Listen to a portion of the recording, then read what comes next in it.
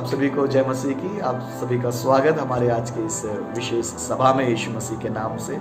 यह आनंद और खुशी का विषय होता है। जो पहली बार हमारे इस संगति में आराधना में जुड़ते हैं, अगर आप पहली बार जुड़े हैं तो आपका पूरे हृदय से स्वागत है। आपको प्रभु आशीष करे।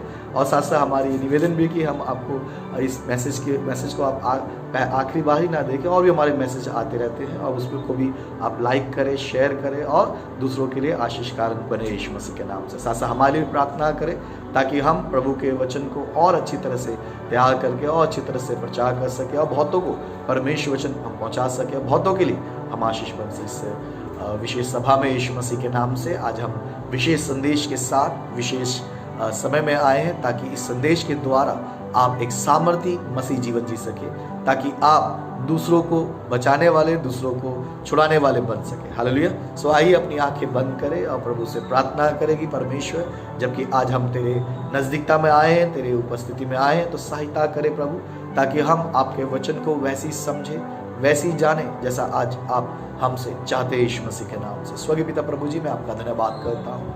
मैं धन्यवाद करता हूँ सामर्थ्य पिता आपके अनुग्रह के लिए, कृपा के लिए प्रभु जी। मैं धन्यवाद करता हूँ प्रभु, एक बार दोबारा आपने हमें मौका दिया कि आपके चरणों में आ सके। पिता आपसे प्रार्थना है हमारी सहायता करना आज के वचन को सीखने समझने के लिए, ताकि मैं आपके वचन को वैसी समझा सिखा सकूं जैसा आज आप मुझसे चाहते हैं, और तेरे बच्चे आज के वचन को वैसी सुने समझे जैसा आज आप चाहते हैं यीशु मसीह के नाम से। इसलिए पिता, मैं हर एक भटकाने वाली आत्मा, चुराने वाली आत्मा, विरोध करने वाली आत्मा, नींद की आत्मा, हर एक अंधकार की आत्मा को प्रभु जो हमारे वचन को सुनने समझने में रोकती है प्रभु, उन सबको तुझ में होकर मैं बांधता हूँ, हुक्म देता हूँ हमारे बीच से समुद्र गहराई में चले जाए और न्याय के दिन तक वहीं ठहरे रहे यीशु मसीह के नाम से। पिताजी मैं धन्यवाद करता हूँ, प्रार्थना उत्तर दिया यीशु मसीह के नाम से मांगते हैं, आमीन।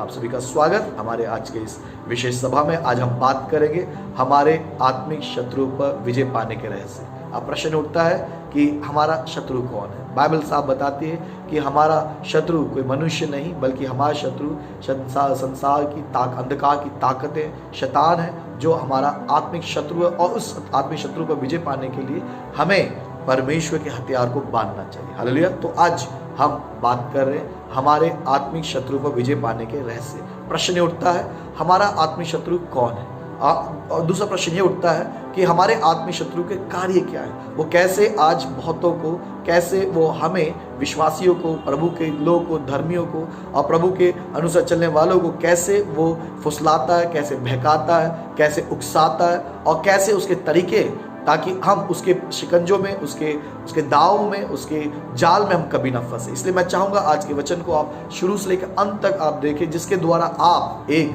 सावधान होंगे, 2 आप तैयार होंगे, 3 आप एक विजय जीवन जीने के लिए आपको मदद मिलेगी। हालेलुया। सो मेरी प्रार्थना है परमेश्वर इस वचन के द्वारा हम सबको आशीष करे यीशु मसीह के नाम से। सो आज के विषय को मैं 3 भागों में बांटूंगा। पॉइंट नंबर 1, हमारे आत्मिक शत्रुओं के नाम और उसका अर्थ। पॉइंट नंबर 1, हमारे आत्मिक शत्रुओं का नाम और उसका अर्थ। पॉइंट नंबर 2, हमारे आत्मिक शत्रुओं के कार्य, वो क्या काम करता है, वो क्यों कार्य करता है, और वो कैसे, कौन कौन से लोग थे जो उसके शिकंजों में, उसके जाल में फंस गए। पॉइंट नंबर 3, हमारे आत्मिक शत्रुओं पर विजय पाने के रहस्य। ऐसा क्या रहस्य है? आज बहुत से बड़े बड़े विश्वासी, बहुत से बड़े बड़े सामर्थी जन लोग इसलिए गिर गए क्योंकि वो उस रहस्य से अनजान है, या उस रहस्य के चूक गए, या उन बातों को उन्होंने ध्यान नहीं दिया, जिस कारण से वे शैतान के या हमारे आत्मिक शत्रुओं के बंधन में आ गए। मेरी प्रार्थना प्रभु इस संदेश के द्वारा आपको सामर्थ्य दे, ताकि हम कभी भी शैतान के या हमारे आत्मिक शत्रुओं के शिकंजे में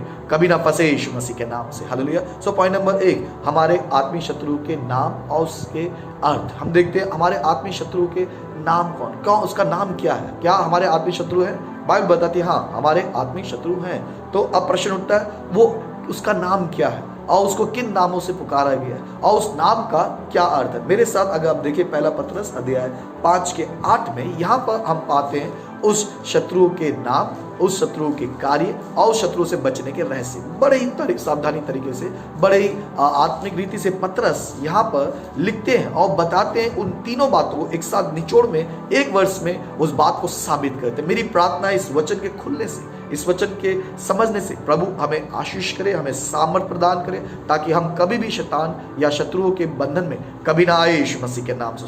अब प्रश्न उठता है, जैसे बीच में कहता रहा हूं कि हमारा आत्मिक शत्रु कौन है। बाइबल बताती है, यहाँ पर लिखा है इस प्रकार प्रकार से, पहला पतरस अध्याय 5:8 में, सचेत हो और जागृत रहो, क्योंकि तुम्हारा विरोधी शैतान गरजने वाले सिंह के समान इस खोज में रहता है कि किसको फाड़ कर। यहाँ पर पतरस हमारे आत्मिक शत्रुओं का नाम बताता है। इसका मतलब हमारा आत्मिक शत्रु हमारे परिवार या मनुष्य या संसार के लोग नहीं है, बल्कि हमारा आत्मिक शत्रु यहाँ लिखा है कि गरजने वाले सिंह के समान। कौन? यहाँ लिखा है क्योंकि तुम्हारा विरोधी शैतान। यहाँ प्रभु का वचन बताता है हमारा विरोधी शैतान, हमारा विरोधी शैतान। इसका मतलब हमारा आत्मिक शत्रु कौन है? हमारा आत्मिक शत्रु शैतान। और वो क्या करता है? वो गरजने वाले सिंह के समान, और वो इस खोज में रहता है कि किसको फाड़े। इसका मतलब वो हर समय, हर दिन 24 घंटे वो काम करता रहता है इस खोज में कि किसको वो फाड़ कर, किस पर वो दोष लगाए। बाइबल बताती है कि किस प्रकार उसका काम है दोष लगाना, उसका काम है चुराना, उसका काम है हमें परमेश्वर की उपस्थिति से अलग करना। आज हम बात कर रहे हैं पॉइंट नंबर 1, हमारे आत्मिक शत्रु के नाम। तो आपको पता लग गया होगा कि हमारा आत्मिक शत्रु कौन है? हमारा आत्मिक शत्रु शैतान है।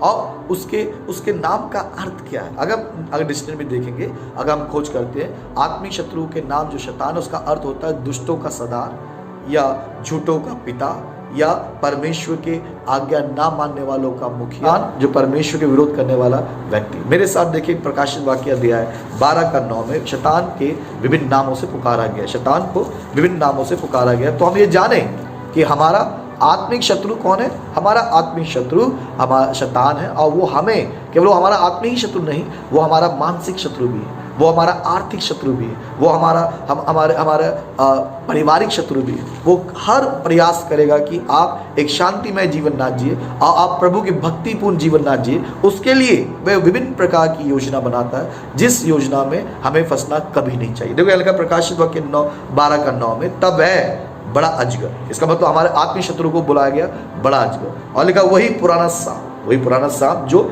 इब्लीस और शैतान कहलाता है और सारे संसार का भरमाने वाला है, पृथ्वी पर गिरा दिया गया और उसके दूत उसके साथ गिरा दिए गए। इसका मतलब हमारा आत्मिक शत्रु कौन है?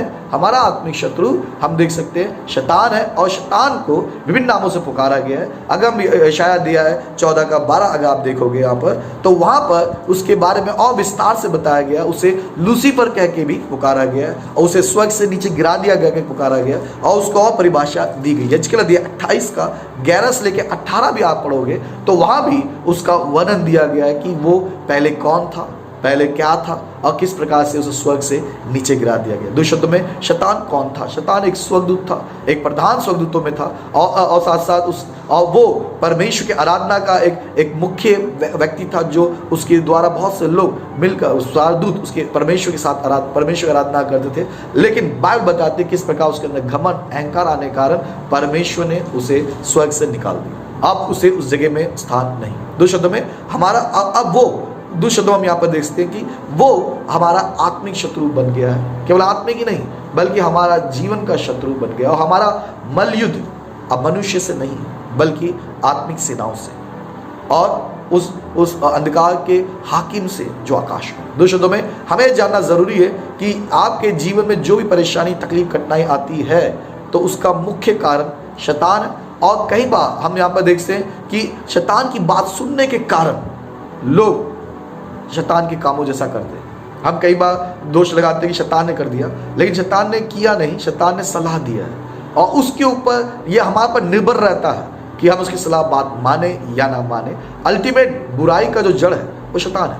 लेकिन हम यहाँ पर देखते हैं उस शैतान की बातों को हमें स्वीकार नहीं करना चाहिए। यदि हम उसकी बात स्वीकार करते हैं तो हम परमेश्वर के विरुद्ध कार्य करते हैं और हम शैतान के दास बन जाते हैं। मेरी प्रार्थना प्रभु हमारी सहायता करे ताकि हम अपने आत्मिक शत्रु पर हमेशा विजय पाए यीशु मसीह के नाम से। So point number 1, point number 1 हमारे आत्मिक शत्रु का नाम और उसके विभिन्न अर्थ, नामों के अर्थ। हम देखा यहाँ पर हमारा आत्मिक शत्रु कौन है? शैतान है। इसका मतलब आपको जानना है कि मुझे हर समय मुझे तैयार रहना है ताकि मैं शैतान की बातों पर कभी ना सुनूं। पॉइंट नंबर 2 अगर आप देखोगे हमारे आत्मिक शत्रु के कार्य। अब आत्मिक शत्रु के कार्य क्या है? अगर आप ध्यान से बाइबल में देखोगे ऐसे बहुत सारी घटनाओं को आप पाते हैं लोग प्रभु के दासों के जीवन में, जहाँ शैतान ने डायरेक्ट या इनडायरेक्ट कार्य किया। ताकि उनको परमेश्वर से दूर करें। हमारे आत्मिक शत्रुओं का काम है हमें भ्रष्ट करना, किसी भी तरीके से हमारे मन को भ्रष्ट करना, हमारी आंखों को भ्रष्ट करना, हमारी सोच को भ्रष्ट करना, हमारे हृदय के विचार को भ्रष्ट करना, हमारी बोली को भ्रष्ट करना, दो शब्दों में हमें भ्रष्ट करना। देखो यहाँ पे लिखता है दूसरा कुरिन्थियों अध्याय 11:3 में, दूसरा कुरिन्थियों अध्याय 11:3 में पॉइंट नंबर 2, हमारे आत्मिक शत्रु का कार्य। उसका कार्य क्या है? उसका कार्य एक है कि हमें भ्रष्ट करना, एक पवित्र जीवन ना जीने के लिए हमें विवश करना, हमें लालसा देना, हमें परमेश्वर के विरुद्ध कार्य करना, ताकि हम परमेश्वर के सामने खड़े ना हो पाए। देखो यहाँ लिखा 11:3 में लिखा है, परंतु मैं डरता हूं कि जैसे सांप ने अपनी चतुराई से हवा को बहकाया, वैसे ही तुम्हारे मन उस सिधाई और पवित्रता से जो मसीह के साथ होनी चाहिए कहीं भ्रष्ट ना किए जाए। बाइबल बताती है कि शैतान ने हवा को बहकाया, तो उसका काम क्या है? उसका काम यह है बहकाना। किस बातों से बहकाना? परमेश्वर के वचन से हमें फिराना, परमेश्वर के वचन से हमारे मन को हटाना, या परमेश्वर वचन पर संदेह उत्पन्न करना। अगर प्रभु ने कहा है ये मत करना, तो शैतान कहता है क्या परमेश्वर ने कहा है, और साथ साथ ये भी लाता है कि परमेश्वर ने खुद जानता। दोस्तों हम देखते हैं हवा क्यों बहकाई गई, क्योंकि शैतान की बात को वो आ गई और शैतान ने उसको बहका दिया, और इस कारण से वो आत्मीय रूप से भ्रष्ट हो गया, और इस कारण से प्रभु की उपस्थिति से उसे निकाल दिया गया। दोस्तों हम क्या पाते हैं यहाँ पर? शैतान का कार्य क्या है? शत्रु का हमारे आत्मिक मन को भ्रष्ट करना, यहाँ तक कि हम देखते हैं हमारे शरीर को भी भ्रष्ट या अपवित्र करना। बाइबल बताती है यूसुफ के समय काल अगर देखेंगे यहाँ पर, यूसुफ पोतीपर के घर में काम करता था और उसकी पत्नी ने उससे कहा कि तू मेरे साथ सो, दो शब्दों में, और शैतान की बातों में आकर, या शैतान ने हम देख सकते हैं इनडायरेक्टली पोतीपर की पत्नी को इस्तेमाल किया ताकि यूसुफ को भ्रष्ट करे, शारीरिक रूप से अपवित्र करे। लेकिन हम यहाँ पाते हैं कि किस प्रकार से यूसुफ ने निर्णय किया था कि मैं परमेश्वर के सामने अपने आप को अशुद्ध नहीं होने दूंगा, और दो शब्दों में हम पे देखते क्या हुआ, वो वहां से भागा। तो दो शब्दों में हम यहाँ पर देखते हैं शैतान का अल्टीमेट पर्पस ये है कि आपको परमेश्वर से, उसकी संगति से अलग करना और हमको भ्रष्ट करना, हमें अपवित्र करना। शैतान काम क्या है? शैतान काम है वह लोगों को धोखा देता है, वह लोगों को विभिन्न तरीके से परमेश्वर वचन में आकर परमेश्वर वचन में से उनको उकसाता है और साथ साथ बहकाता है, और ताकि हम परमेश्वर के वचन के विरुद्ध कार्य करें। उसका काम क्या है? तीसरा हम देखते हैं यहाँ पर कि उसका काम है सुसमाचार को प्रचार में रोकना, सुसमाचार प्रचार करने में रोकना। आप कई बार पाते हैं कि जैसे आप प्रचार करने जाते हैं कुछ ना कुछ रुकावट आती है, कोई अचानक गाड़ी खराब हो जाता है, या कोई अचानक क्या बोलते हैं मेहमान आ जाता है, या कोई अचानक कुछ ज़रूरी काम पड़ जाता है। आप सुसमाचार प्रचार करना चाहते हैं, आप भाइयों के घर में विजिट करना चाहते हैं, लेकिन जब आप जा ही रहे होते हैं तो आप पाते हैं कुछ ना कुछ रुकावट होता है, और कई बार हम महसूस नहीं करते, हम सोचते शायद ये वाक्य में ऐसी चीज़ें आ गई, लेकिन हकीकत में इसके पीछे अगर आप ध्यान से देखोगे तो वहाँ पाओगे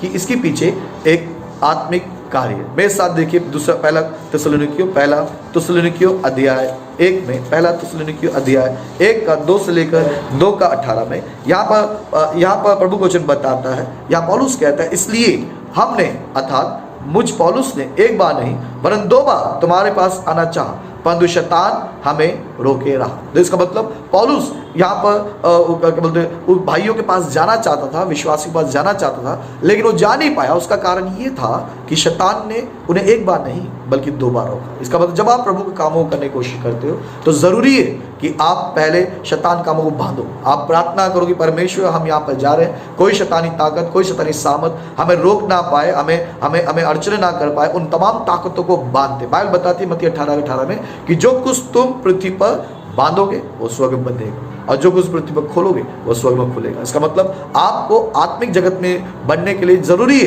कि शैतान की सारी सामत को बांधना, ताकि आप सुसमाचार को प्रचार कर सकें। तो पहला कार्य क्या है? उसको पहला काम है धोखा देना, दूसरा काम है भ्रष्ट करना, तीसरा काम है सुसमाचार के कामों में रुकावट लाना। चौथा काम देखें तो हम देखते हैं ये हमारी आत्मिक उन्नति के विरोध में कार्य करते हैं, ताकि हम आत्मिक उन्नति ना करें, इसलिए वो विरोध में काम करते हैं। इसलिए पौलुस यहाँ पर बताना चाहते हैं इफिसियों अध्याय 6:11 में, इफिसियों अध्याय 6:11 अगर मेरे साथ देखें, इफिसियों अध्याय 6:11, यहाँ पर पौलुस जानते थे कि अगर पौलुस की पत्री देखोगे तो वो कई बार जिक्र करते हैं आत्मिक शत्रु के बारे में, उसके कार्य के बारे में, क्योंकि वो सेविकाई में तो वो जानते थे कि सेविकाई करते समय किस प्रकार शैतान उनकी सेविकाई में रुकावट डालता है। और यहाँ लिखा है इस प्रकार, इसलिए पौलुस कहता है इफिसियों 6:11 में, इवन मैं चाहूँगा इफिसियों अध्याय 6:10 आप पढ़े। इसलिए प्रभु में और उसकी शक्ति के प्रभाव में बलवंत बनो। इसलिए प्रभु में और उसकी शक्ति के प्रभाव में बलवान बनो, परमेश्वर के सारे हथियार बांध लो कि तुम शैतान की युक्तियों के सामने खड़े रह सको। इसका मतलब पौलुस यहाँ बताना चाहता है कि आप अगर आत्मिक उन्नति करना चाहते हैं तो जरूरी है कि आप परमेश्वर के सारे हथियार पर बांध ले और परमेश्वर में प्रभु के और उसकी शक्ति में प्रभाव में बलवंत हो जाए। इसका मतलब शैतान की योजना है कि आप आत्मिक उन्नति ना करें। शैतान कार्य क्या करता है? पहला हम देखते हैं शैतान का कार्य है हमें धोखा देना, जैसे उसने हवा को धोखा दिया, और साथ साथ हम देखते हैं शैतान का काम है भ्रष्ट करना, जैसे उसने हम देखते हैं किस प्रकार सिमसोन को भ्रष्ट किया। इवन तो बाइबल नहीं बताती कि सिमसोन को शैतान ने भ्रष्ट किया, लेकिन हम ये देख सकते हैं कि उस शैतान की बातों को सुनकर या उसके प्रभाव में आकर वो अपने आप को अपवित्र कर बैठा। और दूसरा तो हम देखते हैं कि शैतान काम क्या है। तीसरा शैतान काम है कि हम सुसमाचार प्रचार करने में रुकावट डालना। कई बार आप पाते हैं कि जब आप क्या बोलते हैं सुसमाचार प्रचार करने जाते हैं तो रुकावट आती है। तो कई बार ये शैतान की ओर से, कई बार उन मनुष्य की ओर से जो शैतान की प्रेरणा से कार्य करते हैं। चौथा, उसका कार्य हमारे आत्मिक उन्नति के विरोध में काम करता है। और इसका मतलब हम आत्मिक बनना चाहते हैं विरोध में। और कई बार आपने देखा होगा कि जब आप प्रार्थना करने जाते हैं, प्रार्थना करना सोचते हैं, तो वो कई बार नींद आने लगती है, कई बार थकावट महसूस होती है, और कई बार बहुत लंबी प्रार्थना, बहुत अधिक प्रार्थना नहीं कर पाते। उसके पीछे की कारण ये भी है कि वो आत्मिक शक्ति, अंधकार की ताकत है, हमारा आत्मिक शत्रु, वो नहीं चाहता कि हम प्रभु में बढ़े।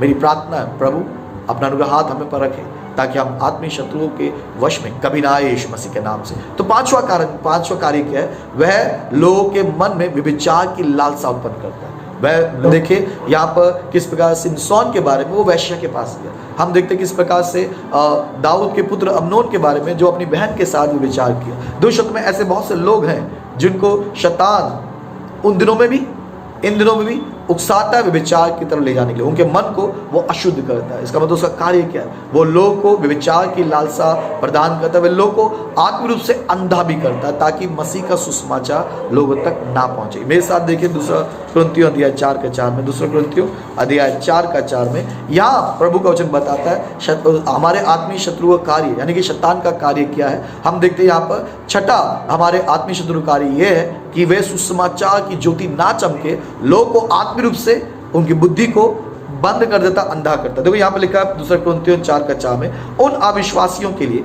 जिनकी बुद्धि इस संसार के ईश्वर ने अंधी कर दी है, ताकि मसीह जो परमेश्वर का प्रतिरूप है उसके तेजोमय सुसमाचार प्रकाश उन पर ना चमके। दूसरे शब्दों में यहाँ पर हम देखते हैं कि शैतान या हमारा आत्मिक शत्रु कार्य की लोग के आंखों को बंद करना। कई बार हम सुसमाचार प्रचार करते हैं, काफी प्रचार करते हैं, और वे लोग समझ नहीं पाते, वो मसीह को परमेश्वर के रूप में, परमेश्वर के प्रतिरूप में वो स्वीकार नहीं कर पाते क्योंकि उनकी आत्मिक आंखें बंद है। इसका मतलब आपको करना क्या है? जब आप सुसमाचार प्रचार करने जाते हैं, जब आप प्रार्थना करते हैं, प्रार्थना करने से पहले भी प्रार्थना करना चाहिए। देखो, प्रार्थना करने से पहले भी प्रार्थना करना चाहिए ताकि आप प्रार्थना कर सकें। समझ पा रहे हो मैं क्या बताना चाहता हूँ? प्रार्थना करने से पहले भी आपको प्रार्थना करना चाहिए कि आप प्रार्थना कर सके। आप सेवा करने से पहले भी आपको प्रार्थना करना चाहिए ताकि आप अच्छी तरह सेवा कर सके। अगर आप सुसमाचार प्रचार करने जाते हैं तो उससे पहले भी आपको प्रार्थना करना चाहिए ताकि शैतान की सारी ताकतों को आप बांध कर हटा सके, ताकि वो आपके जीवन में रुकावट ना लग सके। दूसरे शब्दों में शैतान का कार्य क्या है या शत्रु कार्य क्या है? शत्रु कार्य हम सातवां अगर हम देखें यहाँ पर, शत्रु कार्य की भाइयों पर दोष लगाना। हम दूसरे शब्दों में वो हमेशा परमेश्वर लोगों पर दोष लगाता, हमेशा दोष लगाता। अगर आप ज़करिया अध्याय 3 देखोगे वहाँ पर, तो वहाँ पर आप पाओगे किस प्रकार वो यहोशू महायाजक पर दोष लगाता है, और वहाँ पर दोष लगाने के लिए वो खड़ा है। तो दोस्तों बाइबल बताती है कि हम भाइयों पर दोष लगाने वाला गिरा दिया गया। मेरे साथ प्रकाशित वाक्य अध्याय 12, अगर मेरे साथ देखें प्रकाशित वाक्य अध्याय 12 में, यहाँ पर उसके नाम के साथ साथ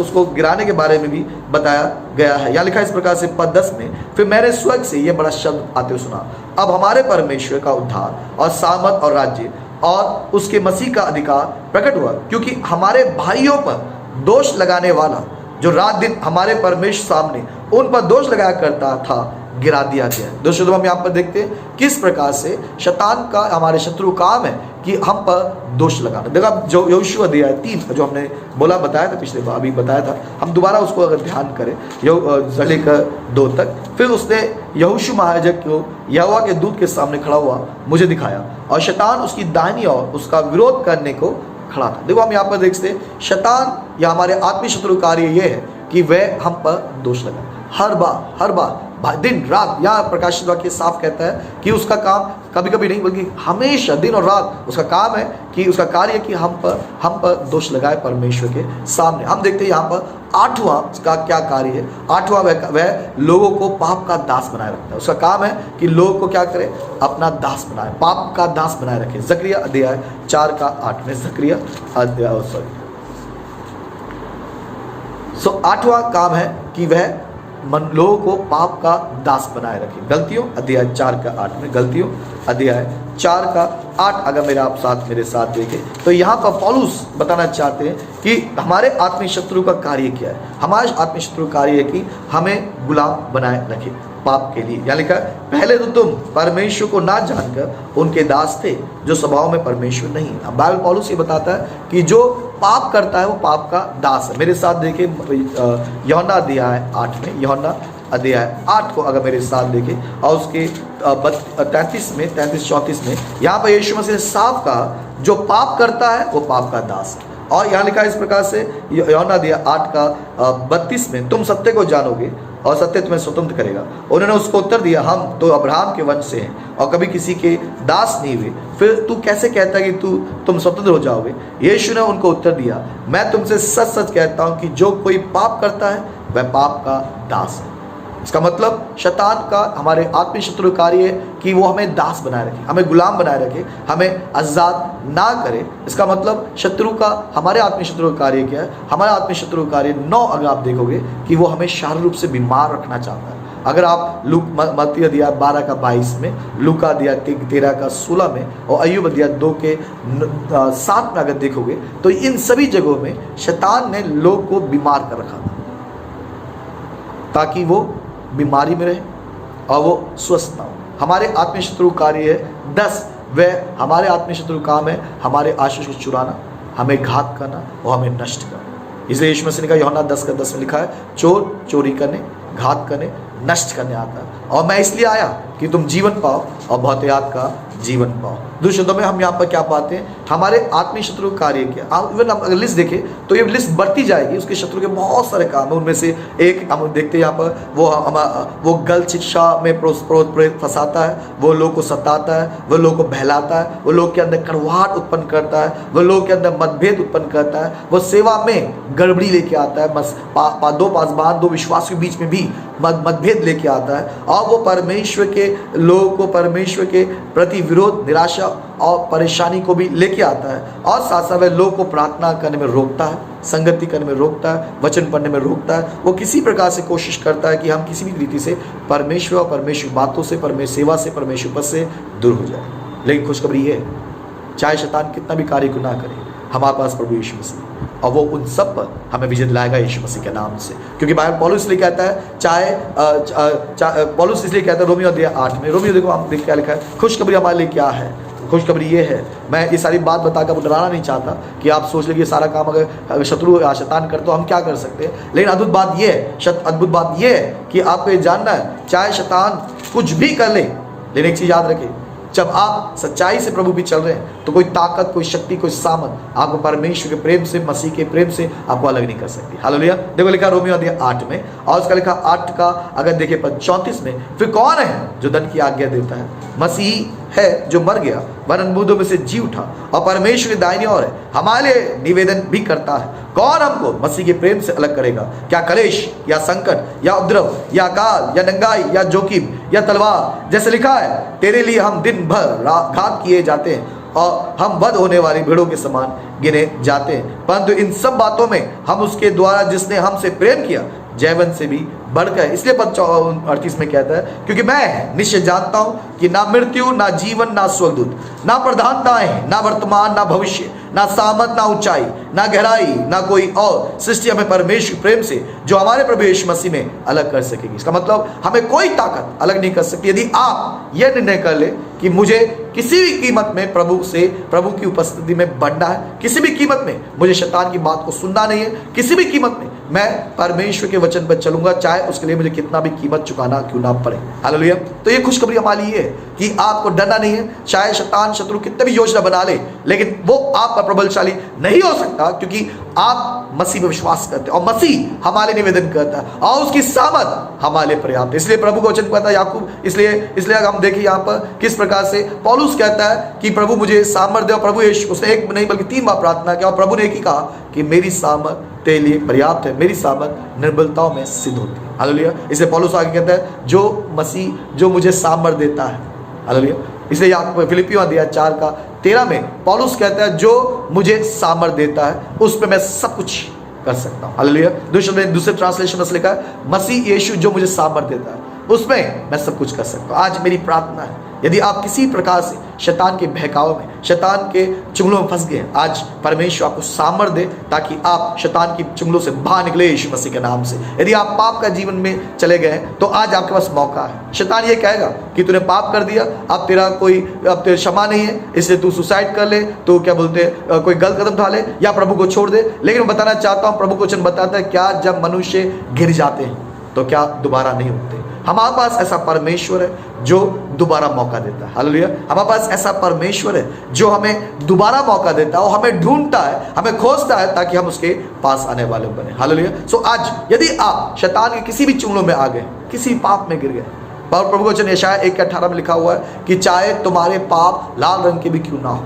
वे हिम के समान श्वेत हो जाएंगे। इसका मतलब क्या मतलब है? यदि आप मन फिराए, यदि आप अपने पापों को छोड़े, यदि आप प्रभु के पास आए तो परमेश्वर आपको मौका देता है। हालेलुया। हमारे पास ऐसा परमेश्वर है जो दूसरा मौका देता है, a God who give second chance to us। इसका मतलब जब प्रभु हमें मौका देता है तो हम उसकी नजदीकता में आते हैं। पॉइंट नंबर 1, हमारे आत्मीय शत्रु के नाम और उसके अर्थ। पॉइंट नंबर 2, हमारे आत्मीय शत्रु के कार्य।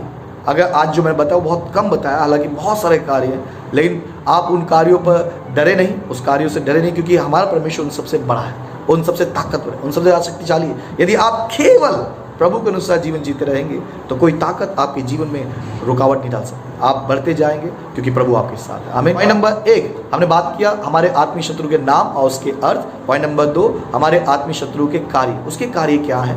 और हालांकि जो मैंने बताया थोड़े बताया, लेकिन बहुत सारे कार्य हैं, लेकिन उसके बावजूद भी आपको उस कार्यों से, उसके कामों से डरना नहीं है, बल्कि आप प्रभु विश्वास करना और प्रभु आपको सामर्थ है। पॉइंट नंबर 3 हमारे आत्मीय शत्रु पर विजय होने के रहस्य। क्या रहस्य? क्या रहस्य है? उसका रहस्य अगर आप देखोगे यहाँ पर, सबसे पहला रहस्य याकूब अध्याय 4:7, अगर मेरे साथ देखें याकूब अध्याय 4:7 में, अगर आप अपने आत्मीय शत्रु यानी कि आप शैतान पर विजय होना चाहते हैं, शैतान की बातों विजय होना चाहते हैं, शैतान की बातों में संघर्ष, उस शैतान की बातों से आप आजाद होना चाहते हैं, सबसे पहला एक ये है कि यहाँ लिखा है याकूब 4:7 में, इसलिए परमेश्वर के अधीन हो जाओ। सबसे पहले परमेश्वर के अधीन होना। परमेश्वर अधीन होने का मतलब क्या है?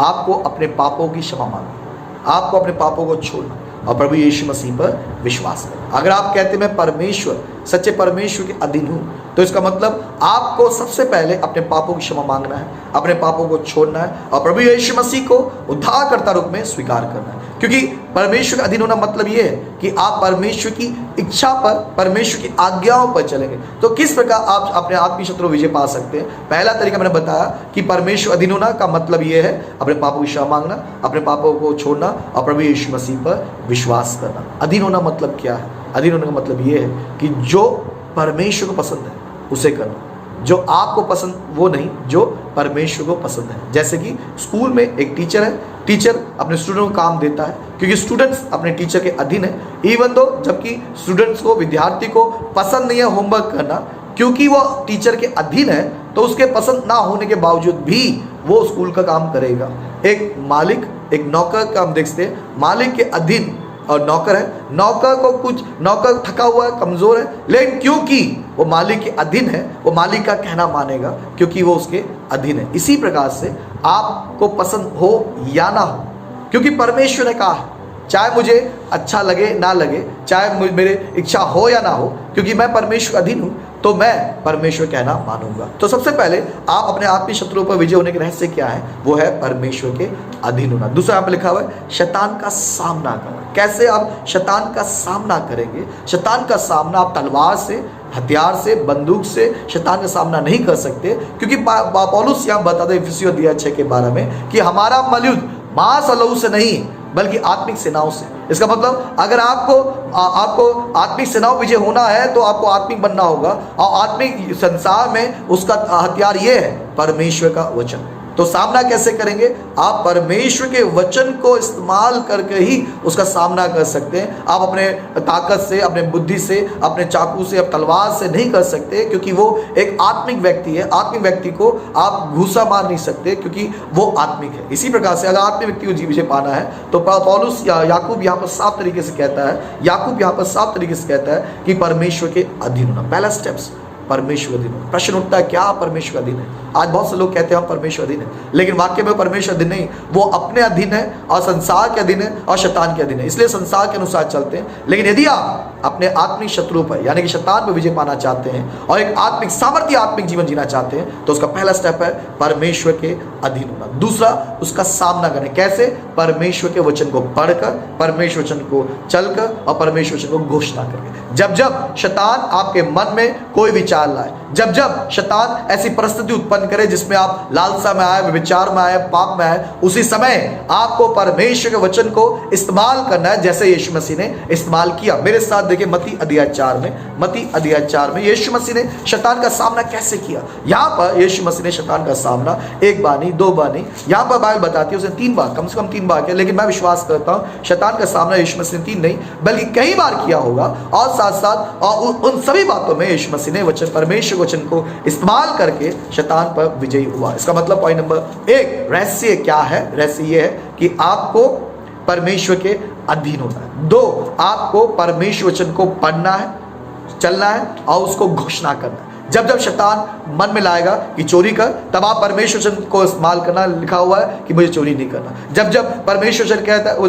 शैतान आपके मन में लेके आएगा, जब जब शैतान आपके मन में लेके आएगा कि तू व्यभिचार कर, तब आप बोलना कि मैं अपने मन को, अपने हृदय को, अपने शरीर को परमेश्वर के सामने अशुद्ध नहीं करूंगा। तो इसका मतलब आपको शैतान के हर विचारों के सामने परमेश्वर वचन को घोषणा करना है, आपको बोलना है, ताकि उसके द्वारा आप उसका सामना कर सकें। देखो कि यीशु मसीह ने कैसे शैतान का सामना किया। लिखा इस प्रकार से मत्ती अध्याय 4 में लिखा इस प्रकार से, यीशु 4:3 में लिखा है, परखने वाले ने पास आकर, मत्ती अध्याय 4:3 देखो यहाँ लिखा है, तब परखने वाले ने पास आकर उससे कहा, यदि तू परमेश्वर का पुत्र है तो कह दे ये पत्थर रोटी बन जाए। देखो यहाँ पर यीशु मसीह को चैलेंज किया गया, और शैतान ने कैसे उसको चैलेंज किया, कहा कि यदि तू परमेश्वर का पुत्र है तो इस पत्थर को कह दे रोटी बन जाए, और ये बन जाए। लेकिन प्रभु यीशु मसीह ने शैतान का सामना कैसे किया? बड़े सुंदर तरीके से। देखो यहाँ लिखा है कि यीशु ने उत्तर दिया, लिखा है मनुष्य केवल रोटी ही से नहीं परंतु हर एक वचन से जो परमेश्वर मुख से निकलता है जीवित रहेगा। देखो यहाँ पर यीशु मसीह ने व्यवस्था विवरण अध्याय 8 में जो वचन था उस वचन को दोहराया, जबकि हम देखते हैं यहाँ पर शैतान क्या कहना चाहता है, अगर तू वाकई परमेश्वर पुत्र है तो इस पत्थर को रोटी बना दे। क्यों बनाने कहा? क्योंकि यीशु मसीह उस समय भूखा था, यीशु मसीह को भूख लगी। और पद 2 में लिखा है इस प्रकार से, वह 40 दिन और 40 रात निराहार रहा, तब उसे भूख लगी। और ऐसे सिचुएशन में शैतान उसके पास आया और कहा कि अगर तू परमेश्वर पुत्र है तो इस पत्थर को कह कि रोटी बन जा, तो ये बन जाएगा। उसने साफ कहा, यीशु ने उत्तर दिया, लिखा है मनुष्य केवल रोटी से नहीं परंतु हर एक वचन से जो परमेश्वर मुख से निकलता है। ऐसे 1 बार नहीं, 2 बार नहीं, 3 बार नहीं, उसने कई बार शैतान का सामना किया। कैसे? परमेश्वर वचन से। इसका मतलब यदि आप शैतान का सामना करना चाहते हैं तो आप परमेश्वर का वचन को इस्तेमाल करें। 1, परमेश्वर का अधीन होना। 2, आपको परमेश्वर का वचन को इस्तेमाल करना, वचन को इस्तेमाल करके आप उसका सामना कर सकते हैं। 3, आपको सचेत और जागृत। 2 शब्दों में पहला पत्रस अध्याय 4:8 अगर मेरे साथ देखें, पहला पत्रस अध्याय 4:8, यहाँ पर पत्रस बताते हैं कि आपको सचेत और जागृत रहना हर बार, हर जगह। याद रखिए, जब आप परमेश्वर के अनुसार जीवन जीते हैं, शैतान या आपका आत्मिक शत्रु किसी भी तरीके से कोशिश करता है कि आपको गिराए, और वो हर मौके का प्रयोग करेगा आपको गिराने के लिए। इसलिए आपको 3 रहस्य क्या है? आपको सचेत रहना। लिखा है पद 8 में, पहला पत्रस 5:8 में, सचेत और जागते रहो। जागते रहना मतलब नहीं कि आप सो ना, जागते मतलब ये है कि आप सावधान रहें। आप अपना जीवन केयरलेस बेप्रवाह जीवन ना जिए। आप जब चलते हैं, उठते हैं, बैठते हैं, आपको जानना होगा कि मुझ में मसीह महिमा पाए, मुझ में मसीह है, मैं मसीह में हूँ और मसीह मुझ में है। और जहाँ जहाँ मैं जा रहा हूँ वो मैं ही नहीं जा रहा, मैं प्रभु को रिप्रेजेंट कर रहा हूँ, प्रभु यीशु मसीह को प्रतिनिधि कर रहा हूँ। मेरे बोलने के द्वारा, मेरे चलने के द्वारा, मेरे व्यवहार के द्वारा प्रभु की महिमा होनी चाहिए। इसलिए आप अपने आप को सावधान रखें, सचेत रहना। जैसे कि हम उदाहरण अगर देख सकते हैं,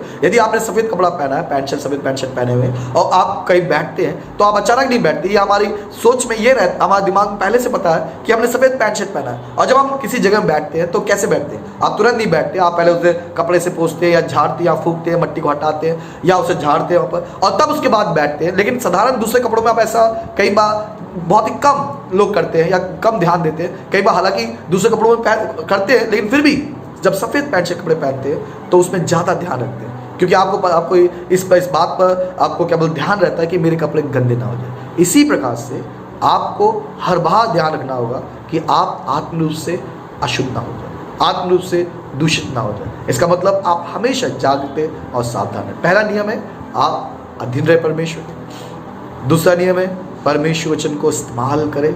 जब शैतान विचार लेके आए, प्रार्थना ना करो कहा है तो कहे मैं प्रार्थना करूंगा। शैतान कहे कि तू मर जाएगा, आप बोले नहीं, प्रभु का वचन कहता है मैं नहीं मरूंगा, बल्कि जीवित रहूंगा और परमेश्वर महिमा करता रहूंगा। तीसरा, आपको सावधान रहना है। चौथा, आपको प्रार्थना में जीवन जीना है। आपको प्रार्थना का जीवन जीना है ताकि आप परीक्षा में ना हो। बहुत से लोग जब प्रार्थना में स्किप करते हैं, प्रार्थना छोड़ देते हैं या प्रार्थना हमारा नहीं कर पाते, तो वो आसानी से परीक्षाओं में आ जाते हैं। देखो यहाँ लिखा, इसी कारण से यीशु मसीह ने कहा मत्ती अध्याय 26 का 41 में, मत्ती अध्याय 26 का 41 में यीशु ने अपने चेलों को सावधान किया और उनको कहा कि प्रार्थना करो ताकि तुम परीक्षा में ना हो। देखो यहाँ लिखा मत्ती अध्याय 26 का 41 में, जागते रहो और प्रार्थना करो कि तुम परीक्षा में ना पड़ो। आत्मा तो तैयार है परंतु शरीर दुर्बल है। इसका मतलब आपको याद रखना है कि आपको प्रार्थना करना है ताकि आप परीक्षा में ना आए।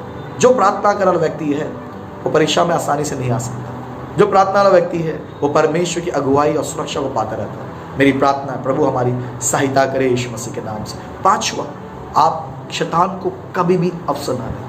यानी इफिसियों अध्याय 4 का 27 में लिखा है इस प्रकार से, इफिसियों अध्याय 4 का 27 में यहाँ पर बताया गया है कि हमें शैतान को अवसर नहीं देना। यहाँ लिखा है इफिसियों 4:27 में, और ना शैतान को अवसर दो। इसका मतलब शैतान को अवसर मिल सकता है या शैतान इस अवसर में खोज करता है कि किसको फाड़ खाए। इसलिए पौलुस यहाँ बोलता है कि तुम शैतान को अवसर ना दो। इसका मतलब कब? पद 26 अगर पढ़ोगे, लिखा क्रोध तो करो पर पाप मत करो, पर सूर्य अस्त होने तक तुम्हारा क्रोध ना रहे। देखो 26 में लिखा है क्रोध तो करो पर पाप मत करो, सूर्य अस्त होने तक तुम्हारा क्रोध ना रहे और ना शैतान को अवसर दो। इसका मतलब आपका क्रोध किसी के प्रति शैतान को अवसर देगा, आपका कड़वाहट किसी के प्रति शैतान को अवसर देगा, आपका विरोध किसी के प्रति शैतान को अवसर देगा, आपको क्षमा ना करना किसी को तुरंत शैतान को अवसर देगा। इसका मतलब आपको शैतान को अवसर नहीं देना। इसलिए किसी के प्रति भी आप क्रोधित है, नफरत है, चिड़चिड़ापन है, तुरंत आप क्या करें? उनको क्षमा करें। सो छठा हम देखें यहाँ पर, शैतान कोई बातों को ना मानने का तरीका ये है या शत्रु पर विजय होने का तरीका ये है कि रहस्य ये है कि तुरंत किसी को भी आप क्षमा करें। तुरंत यदि किसी के द्वारा भी आपको ठोकर लगती है, किसी के द्वारा भी आप निराश होते हैं या आपको मन में ठेस पहुंचती है, उसी क्षण, दूसरे शब्द ना निकलते, उसी क्षण पूरे मन से, पूरे हृदय से क्षमा करें। क्यों? अगर आप क्षमा नहीं करते, आप क्रोध रखते हैं, तो आप शैतान को अवसर देंगे। और बाइबल इसलिए बताती है फिर इब्रानियों अध्याय 12 में, इब्रानियों अध्याय 12 का 15 में, इब्रानियों 14 का मेरे साथ देखिए, इब्रानियों अध्याय 12 का 14, सबसे मेल मिलाप रखो और उस पवित्रता खोजियो जिसके बिना कोई प्रभु को कदापि ना देखेगा। और पद 15 जो बहुत महत्वपूर्ण है, लिखा है ध्यान से देखते रहो, ऐसा ना हो कि कोई परमेश्वर के अनुग्रह से वंचित रह जाए या कोई कड़वी जड़ फूट कर कस दे और उसके द्वारा बहुत से लोग अशुभ हो जाए। इसका मतलब आप बड़े ध्यान देखें, सच्चे बड़े से बड़े मसीह लोग भी कड़वाहट से भरे हुए बड़े बड़े लोग भी, क्यों? क्योंकि उन्हें ध्यान से देखा नहीं, क्योंकि उन्होंने शैतान को अवसर दी, क्योंकि उनका गुस्सा तुरंत खत्म नहीं हुआ, वो उन पर गुस्सा रखते हैं। इसका मतलब शैतान को अवसर ना दें। शैतान को अवसर कब देते हैं? जब आप किसी को क्षमा नहीं करते, जब आप किसी के प्रति कड़वाहट रखते हैं, जब आप किसी के विरोध बोलते हैं, आलोचना करते हैं, शैतान को अवसर देते हैं। एक सच्चा मसीह कभी भी किसी से क्रोधित रहेगा नहीं। एक सच्चा मसीह कभी भी किसी से कड़वाहट में रहेगा नहीं। एक सच्चा मसीह किसी को क्षमा करना उसके लिए आसान नहीं, मुश्किल नहीं। क्या आप ऐसा जीवन जी रहे हैं? पॉइंट नंबर 3 जो आज हम देख रहे हैं, हमारे आत्मिक शत्रुओं पर विजय पाने के रहस्य क्या है। सबसे पहले मैंने बताया अधीन होना परमेश्वर, उसका मतलब ये होता है अपने पापों की क्षमा, अपने पापों को छोड़ना, यीशु विश्वास करना। दूसरा हमें परमेश्वर वचन को पढ़ना, उसका इस्तेमाल करना, आज्ञाकारी बनना, चाहे वो कठिन हो, मुश्किल हो, उसका सामना, उसका अनुसार चलना, और शैतान की बात जब आती है तो उसके सामने बोलना।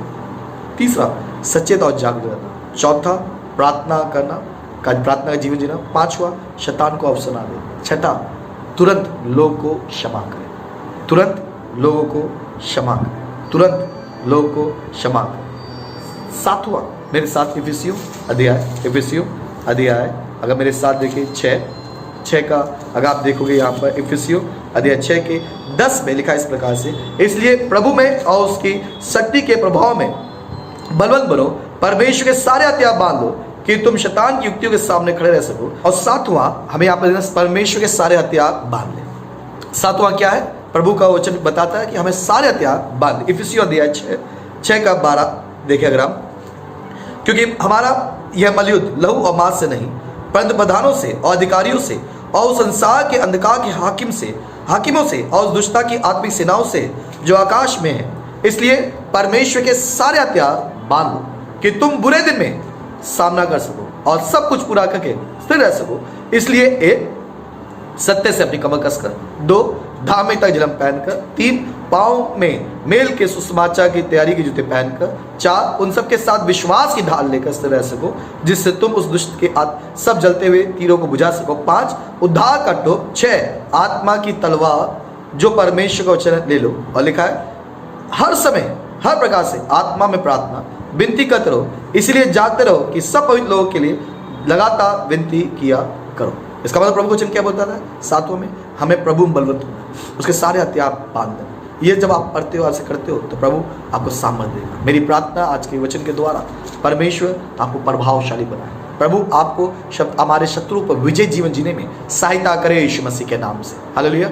आइए अपनी आंखें बंद करेंगे, सरों को झुकाएंगे, अपने आप प्रभु के हाथों में अर्पित करें, प्रार्थना करें परमेश्वर हम पर तो अनुग्रह करें, हम पर आप दया करें। आज जो हमने तेरा वचन पढ़ा सुना कि कैसे हम आत्मिक शत्रुओं पर, हमारे आत्मिक शत्रु विजय पा सकते हैं, तो स्वर्गीय पिता आपसे प्रार्थना है ये जो वचन हमने सीखा ये केवल प्रभु जी एक कान से सुनकर दूसरे कान से निकाला ना जाए, बल्कि ये हमारे हृदय की पट्टियों में छप जाए, ताकि हम अपने परखने वाले जब हमारे पास आए तो उस पर विजय जीवन जिए यीशु मसीह के नाम से। पिताजी तेरे इन बच्चों को तेरे हाथ में सौंपता हूँ। यदि इनमें से ऐसा कोई है जो किसी प्रकार से सताओं में, किसी प्रकार के शैतान के बातों में या किसी प्रकार के पाप में गिर चुका है, तो स्वर्गीय पिता आज अपना सामर्थ्य हाथों को बढ़ाकर, अपने दया वाला हाथ बढ़ाकर इनको छूकर इन्हें उठाना परमेश्वर प्रभु, ताकि दोबारा ये तेरी सेविकाएं में, दोबारा तेरे कार्यों में, दोबारा तेरे वचन चलने में ये जीवन जिए यीशु मसीह के नाम से। पिताजी आपसे प्रार्थना है जो बीमार आज के दिन उन्हें चंगा कर, यदि कोई व्यक्ति शैतान के कामों कारण, शैतान के कारण